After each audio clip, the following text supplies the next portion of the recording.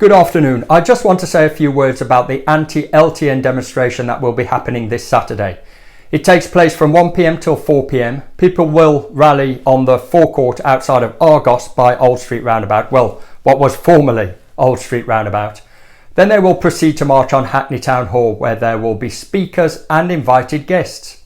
Now, I don't often speak from a personal perspective. I usually try to argue the case from a collective standpoint, but for this, I have to make an exception.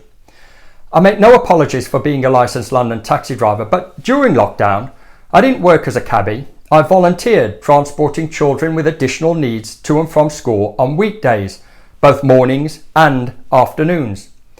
And anybody who has experience of children who are living with neurodiverse conditions such as autism understands the problems they face when trying to keep them confined in a space for a prolonged period of time. And since low traffic neighbourhoods have been implemented, we have found that journey times have increased significantly, and this has made the situation extremely distressing for those children who are just trying to make their way to school.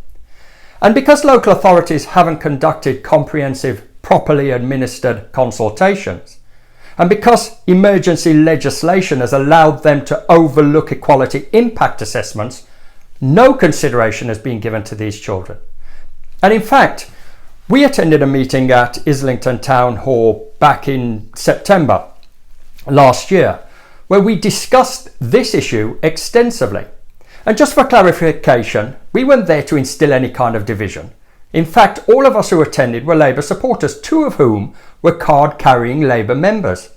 And one of the attendees was registered disabled, and she was accompanied by her carer, who tried to explain the difficulties that LTNs were causing her just trying to move around her own neighbourhood, and how stressful her life had become. And it dawned on me that the elected politicians at the council, and the executives in particular, did not represent this lady and had no comprehension about the difficulties that LTNs were creating for the kind of children that I transport to school. Over the last year or so, I have spoken to literally thousands of people about the way low traffic neighbourhoods impact detrimentally on their lives. And there is no doubt about it. These schemes are iniquitous, punitive, and borderline persecutory because they fail in their regard to consider the most vulnerable people in our community. And they are members of the community that these politicians would profess to care the most about. But it goes beyond that. Last week, Transport for London successfully appealed against the High Court's landmark judgment, which Justice Lang originally described the capital street space plan as unlawful. In the lengthy and detailed judgment, Miss Lang underlined the series of failings by TfL and the Mayor, describing their decision-making process as seriously flawed. And the ruling determined that the Mayor and TfL failed to have proper regard for the public sector equality duty under Section 149 of the Equalities Act. Shockingly, that has now been overruled. Unbelievably, this judgment is not only thoughtless and ableist, but it embeds institutionalised discrimination against those who struggle to get around and the children that I and others escort to and from school. And we cannot allow that to go unnoticed.